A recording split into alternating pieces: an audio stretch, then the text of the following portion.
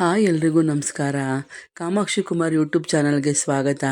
ನಾನಿವತ್ತು ತೋರಿಸ್ತಾ ಇದ್ದೀನಿ ನಿಮಗೆ ಕೇರಳದ ಫೇಮಸ್ ತಿಂಡಿ ಪುಟ್ಟು ಮಾಡಿ ತೋರಿಸ್ತಾ ಇದ್ದೀನಿ.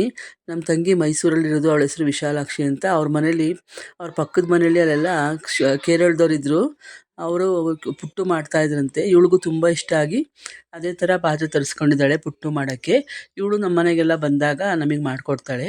ಮೊದಲು ಪುಟ್ಟುದೇ ರವೆ ಪ್ಯಾಕೆಟ್ ಸಿಗುತ್ತೆ, ಒಂದು ಅರ್ಧ ಕೆ ಜಿ 1 ಕೆ ಜಿದೆಲ್ಲ ಸಿಗುತ್ತೆ. ಪುಟ್ಟು ಪುಡಿ ಅಂತಲೇ ಕೇಳಿದ್ರೆ ಕೊಡ್ತಾರೆ. ಕೇರಳದ ಪುಟ್ಟದು ಪ್ಯಾಕೆಟ್ ಕೊಡಿ ಅಂತ ಹೇಳಿದ್ರೆ ಅದನ್ನು ತೊಗೊಬಂದು ನಾವು ಒಂದು ಪಾತ್ರೆಗೆ ಹಾಕ್ಕೊಂಡು ನೀರನ್ನ ಚಿಮ್ಮಿಸ್ಕೋಬೇಕು. ನೀರು ಜಾಸ್ತಿ ನೀರು ಹಾಕ್ಕೋಬಾರ್ದು. ನೀರು ಚಿಮ್ಮಿಸ್ಕೊಂಡು ಚೆನ್ನಾಗಿ ಮಿಕ್ಸ್ ಮಾಡಿ ಅದನ್ನು ಅಮ್ಕಿಬಿಟ್ಟು 5 ನಿಮಿಷ ಮುಚ್ಚಿಡಬೇಕು. ಆಮೇಲೆ ನಾವು ಫ್ರೆಶ್ಶಾಗಿ ಕಾಯಿ ತುರ್ಕೋಬೇಕು. ಫ್ರೆಶ್ಶಾಗಿ ಕಾಯಿ ತುರ್ಕೋಬೇಕು. ಮನೇಲಿರೋ ಫ್ರಿಡ್ಜಲ್ಲಿರೋ ಕಾಯೆಲ್ಲ ಅಷ್ಟು ಟೇಸ್ಟ್ ಬರೋಲ್ಲ, ಫ್ರೆಶ್ಶಾಗಿ ತುರ್ಕೊಂಡ್ರೆ ಟೇಸ್ಟ್ ಬರುತ್ತೆ. ಆಗ 5 ನಿಮಿಷ ಮುಚ್ಚಿದ್ಲಲ್ಲ, ಮತ್ತೆ 5 ನಿಮಿಷ ಬಿಟ್ಟು ಮತ್ತೆ ಸ್ವಲ್ಪ ನೀರು ಹಾಕ್ಕೋಬೇಕು. ಸ್ವಲ್ಪ ನೀರು ಹಾಕ್ಕೊಂಡು ಅದನ್ನು ನೀರಲ್ಲಿ ಚಿಮ್ಮಿಸ್ಬಿಟ್ಟು ಮತ್ತೆ ಹಿಂಗೆ ಅಮುಕ್ಬಿಟ್ಟು ಇಡಬೇಕು. ಅದೇ ಥರ 3 ಸಲ ಮಾಡಬೇಕು. ಆಮೇಲೆ ಒಂದು ಪಾತ್ರೆಯಲ್ಲಿ ಬಿಸಿ ನೀರನ್ನ ಕಾಯ್ಸೋಕೆ ಇಡಬೇಕು. ಈ ಪಾತ್ರೆ ನೋಡಿದೆ, ಅದು ಪುಟ್ಟು ಪಾತ್ರೆ, ಇಡ್ಲಿ ಸ್ಟೀಮ್ ಅದು. ಇದಕ್ಕೊಂದು ಅರ್ಧ ನೀರು ಹಾಕ್ಬಿಟ್ಟು ಕಾಯಕ್ಕೆ ಇಡಬೇಕು ಸ್ಟವ್ ಮೇಲೆ. ಈ ಕಾಯಕ್ಕೆ ಇಟ್ಮೇಲೆ ನಾವು ಈ ಕಡೆ ಇದನ್ನು ತಗೊಂಡು ಮೌಲ್ಡ್ ಹಾಕೋಬೇಕು. ಅದನ್ನು ಆ ನೀರು ಕುದೀತಾ ಇರಲಿ. ಎಲ್ಲ ಕಡೆಯೂ ಒಂದೊಂದು ತಿಂಡಿಗಳು ಫೇಮಸ್ ಇರುತ್ತೆ. ಹಂಗೇ ಕೇರಳದಲ್ಲಿ ಪುಟ್ಟು ಫೇಮಸ್ಸು. ಈಗೇನು ಎಲ್ಲ ಹೋಟ್ಲುಗಳಲ್ಲೂ ಸಿಗುತ್ತೆ. ಪುಟ್ಟು ಕೊಡಿ ಅಂದರೆ ತಿಂಡಿಗೆಲ್ಲ ಕೊಡ್ತಾರೆ ನೋಡಿ. ಇದು ಮೌಲ್ಡ್ ತಗೊಂಡು ಅದಕ್ಕೆ ಬಿಲ್ಲೆ ಇರುತ್ತೆ ಹವೆದು. ಆ ಬಿಲ್ಲೆ ಒಳಗಡೆ ಫಸ್ಟು ಸ್ವಲ್ಪ ನಾವು ಕಾಯಿ ತುರಿ ಹಾಕ್ಕೋಬೇಕು. ಆಮೇಲೆ ಇದು ಪುಟ್ಟುದು ರವೆ ರೆಡಿ ಮಾಡ್ಕೊಂಡಿರ್ತೀವಲ್ಲ ಅದನ್ನು ಸಲ್ಕೋಬೇಕು, ಅದನ್ನು ಸ್ವಲ್ಪ ಹಾಕ್ಕೋಬೇಕು. ಹಂಗೆ ಸ್ಟೆಪ್ ಬೈ ಸ್ಟೆಪ್ಪು ಒಂದು ಸ್ವಲ್ಪ ರವೆ ಹಾಕ್ಕೊಬೇಕು ಕಲಸಿರೋದು, ಆಮೇಲೆ ಕಾಯಿ ತುರಿ, ಮತ್ತು ರವೆ ಹಾಕ್ಕೋಬೇಕು, ಮತ್ತು ಕಾಯಿ ತುರಿ. ಈ ಥರ 3 ಸ್ಟೆಪ್ಪು 4 ಸ್ಟೆಪ್ಪು ನಿಮಗೆ ಎಷ್ಟು ದಪ್ಪ ಬೇಕು ಆ ಥರ ಹಾಕ್ಕೋಬೇಕು. ಹಾಕೊಂಬಿಟ್ಟು ಲಾಸ್ಟಿಗೆ ಮೇಲೆ ರವೆನೋ ಇಲ್ಲ ಕಾಯಿ ತುರಿನೋ ಬರೋಂಗೆ ಮಾಡ್ಕೊಬೇಕು. ತುಂಬ ಅಮುಕ್ಬಾರ್ದು, ಸ್ಮೂತಾಗಿ ಹಾಕಬೇಕು. ಅಮುಕ್ಲೇಬಾರ್ದು, ಸುಮ್ಮನೆ ಸ್ಮೂತಾಗೆ ಸ್ಟೆಪ್ ಬೈ ಸ್ಟೆಪ್ಪು ಎರಡನ್ನೂ ಒಂದೊಂದು ಹಾಕ್ಕೊಬೇಕು. ಹಾಕ್ಬಿಟ್ಟು ನಾವು ಸ್ಟೀಮ್ ಒಳಗಡೆ ಇಡಬೇಕು. ಹೀಗೆ ಡೈಲಿ ಫೋನಲ್ಲಿ ಮಾತಾಡ್ಬೇಕಾದ್ರೆ ನಾನು ಯಾವ ತಿಂಡಿ ಅನ್ನೋದು ಪುಟ್ಟು ಅಂದು ನನಗೂ ತಗೊಬಾರೆ, ನನಗೂ ತುಂಬ ಇಷ್ಟ, ಮಾಡಿಕೊಡೋದಕ್ಕೆ ತಗೊಂಡೇ ಬಂದಿದ್ಲು.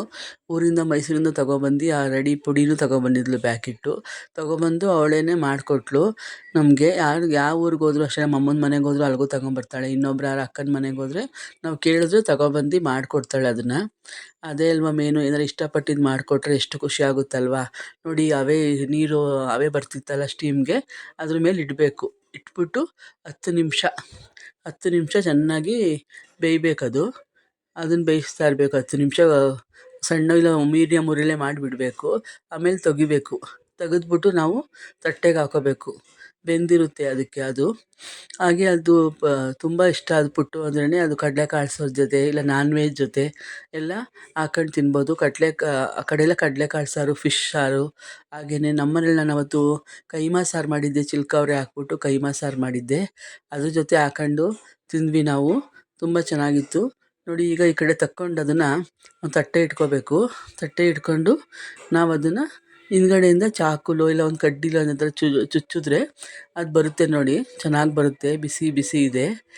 ಫಸ್ಟ್ ಕಾಯಿ ತುರಿ ಬರುತ್ತೆ, ಆಮೇಲೆ ಪುಟ್ಟುದು ರವೆ ಬರುತ್ತೆ. ಹೀಗೆ 3 ಸ್ಟೆಪ್ ಹಾಕಿದ್ಲು ಅವಳು. 3 ಸ್ಟೆಪ್ ಬಂತು.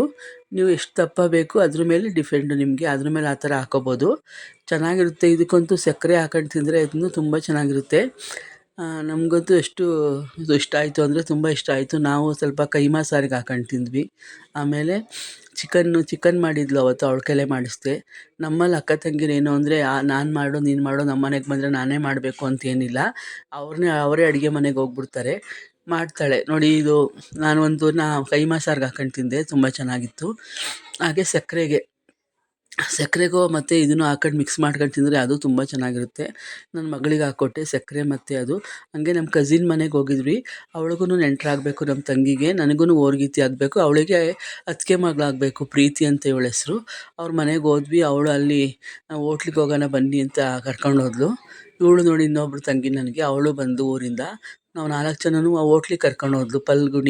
ಪಲ್ಜುಲಿ ಹೋಟ್ಲಿಗೆ ಕರ್ಕೊಂಡು ಹೋದ್ಲು. ಇಲ್ಲಿ ಹಾಸನಲ್ಲಿರೋದು. ಅಲ್ಲಿಗೆ ಹೋಗ್ಬಿಟ್ಟು ಅಲ್ಲಿ ಪನ್ನೀರ್ ಮಂಚೂರಿ, ಗೋಬಿ ಮಂಚೂರಿ ಎಲ್ಲ ತೊಗೊಂಡ್ವಿ. ಎಲ್ಲ ಚೆನ್ನಾಗಿ ತುಂಬ ರಶ್ ಇತ್ತು ಹೋಟ್ಲು, ಚೆನ್ನಾಗಿತ್ತು. ಪನ್ನೀರ್ ಮಂಚೂರಿ, ಗೋಬಿ ಮಂಚೂರಿ ಎಲ್ಲ ತುಂಬ ಚೆನ್ನಾಗಿತ್ತು. ತಿಂತಾ ಇದ್ವಿ. ನಾವು ಹಂಗೆ ರೊಟ್ಟಿ ಮತ್ತು ಇದು ಪನ್ನೀರು ಕಡಾಯಿ ತೊಗೊಂಡ್ವಿ, ಅದು ತುಂಬ ಚೆನ್ನಾಗಿತ್ತು. ಆಮೇಲೆ ಹಾಗೆ ಒಂದು ರೈಸ್ ತೊಗೊಂಡ್ವಿ, ಬಟಾಣಿ ರೈಸು, ಅದು ಚೆನ್ನಾಗಿತ್ತು. ಪ್ರೀತಿಗೆ ನಮ್ಮ ತಂಗಿ ಅತ್ತೆ ಆಗಬೇಕು, ಮಾವನ ಹೆಂಡ್ತಿ. ನಾನು ಅವಳಿಗೆ ಓರ್ಗೈತಿ ಆಗಬೇಕು. ಅವಳು ಬನ್ನಿ ಅತ್ತೆ ಮನೇಲಿ ಮಾಡೋದು ಇದ್ದೇ ಇರುತ್ತೆ ಯಾವಾಗ್ಲೂ ಅಂತ ಹೋಟ್ಲಿಗೆ ಕರ್ಕೊಂಡೋದ್ಲು. ಹಾಗೆ ಎಲ್ಲ ಚೆನ್ನಾಗಿ ಎಂಜಾಯ್ ಮಾಡ್ಕೊಂಡು ತಿಂದ್ವಿ. ಹಂಗೆ ಫೋಟೋಗಳು ತೆಗೆಸ್ಕೊಂಡ್ವಿ. ಹಾಗೆ ಪೈನಾಪಲ್ ಜ್ಯೂಸ್ ಕುಡಿದ್ವಿ. ನೋಡಿ ನಾವೆಲ್ಲ ಫೋಟೋಗಳು ತೆಗೆಸ್ಕೊಂಡ್ವಿ. ಹಾಗೆ ಅವ್ರ ಮನೆಗೆ ಮತ್ತೆ ಹೋದ್ವಿ. ಹೋದರೆ ಅವ್ರ ಮನೆ ನೋಡಿ, ಅಡುಗೆ ಮನೆ ಎಷ್ಟು ಚೆನ್ನಾಗಿ ಇಟ್ಕೊಂಡಿದ್ದಾಳೆ. ಎಲ್ಲ ಸ್ಟೀಲ್ ಪಾತ್ರೆಗಳು, ಹಾಗೆ ತುಂಬ ಚೆನ್ನಾಗಿ ಜೋಡಿಸ್ಕೊಂಡಿದ್ದಾಳೆ ಎಲ್ಲದನ್ನೂ. ಚೆನ್ನಾಗಿ ಕಾಣಿಸ್ತಿತ್ತು. ನಾವೆಲ್ಲ ಮುಂಚೆ ನಮ್ಮ ಅಮ್ಮನ ಮನೇಲಿದ್ದಾಗ ನಾವು ಹಿಂಗೇನೆ ಎಲ್ಲ ಪಾತ್ರೆಗಳ್ನೂ ತೊಳೆದು ನೀಟಾಗಿ ಸ್ಟೆಪ್ ಬೈ ಸ್ಟೆಪ್ಪು ಇದು ಹಾಕ್ಕೊಂಡು ಜೋಡಿಸ್ಕೊಂಡಿರ್ತಿದ್ವಿ.